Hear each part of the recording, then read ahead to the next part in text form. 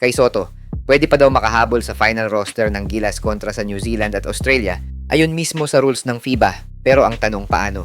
Tara, pag-usapan natin ngayong araw. Pero bago yan, like and subscribe lang mga kabady para sa latest basketball news and highlights. Sa mga gusto pala manood ng laban ng Gilas sa FIBA World Cup qualifiers, nang walang delay at free for life, magbibigay po kami ng free live streaming link. All you have to do is i-like lang po ang aming Facebook at YouTube channel para mabigyan po kayo ng unlimited access sa mga sports games sa buong mundo. Sa gitna ng paghahanda ng Gilas Pilipinas para sa FIBA Asia Cup qualifiers kontra New Zealand at Australia, isang malaking update ang ibinahagi ni veteran sports journalist Homer Saison. Ayon sa kanya, hindi pa tuluyang sarado ang pinto para kay Kai Soto na makalaro sa Gilas kahit hindi na siya naisama sa opisyal na Final 12 lineup. Ang dahilan, sa ilalim ng FIBA rules, maaaring magdagdag o magpalit ng player sa game roster hanggang 24 na oras bago ang tip-off, basta qualified at maayos ang lahat ng requirements. Ibig sabihin, if pumayag o kung magbago man ang isip ng kampo ni Kai na maglaro muna siya sa qualifiers bago maglaro sa Summer League, pwede pa naman dahil ang main event ng Summer League ay magaganap pa naman 1 week after ng FIBA qualifiers. Ang tinutukoy siguro nila ay ang schedule ng main Summer League, which is magaganap pa lang sa July 9 to 19. Meron kasing 3 part ang Summer League this year at ang unang leg nito ay magaganap sa California from July 3 to 6, which preferably malabong makasama si Kai dahil ongoing na ang FIBA qualifiers that time.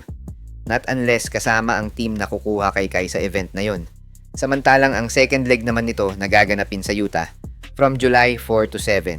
At realistically, hindi rin pasok sa schedule ng FIBA qualifiers.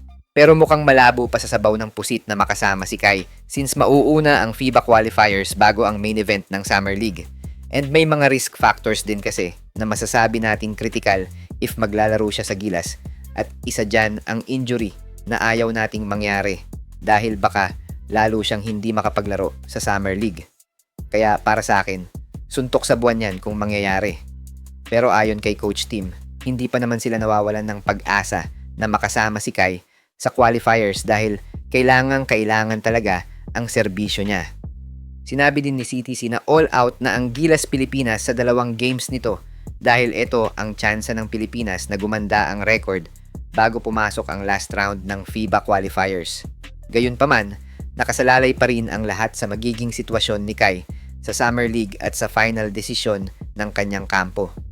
Sa ngayon, nakatutok muna ang Gilas sa kasalukuyang roster, pero malinaw na nananatiling bukas ang posibilidad na makita nating muling suot ni Kai ang Pilipinas jersey sa tamang pagkakataon.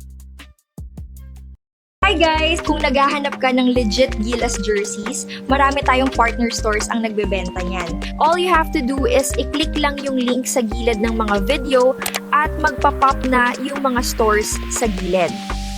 Get yours now guys at huwag kalimutan mag-subscribe kay Overdrive Highlights.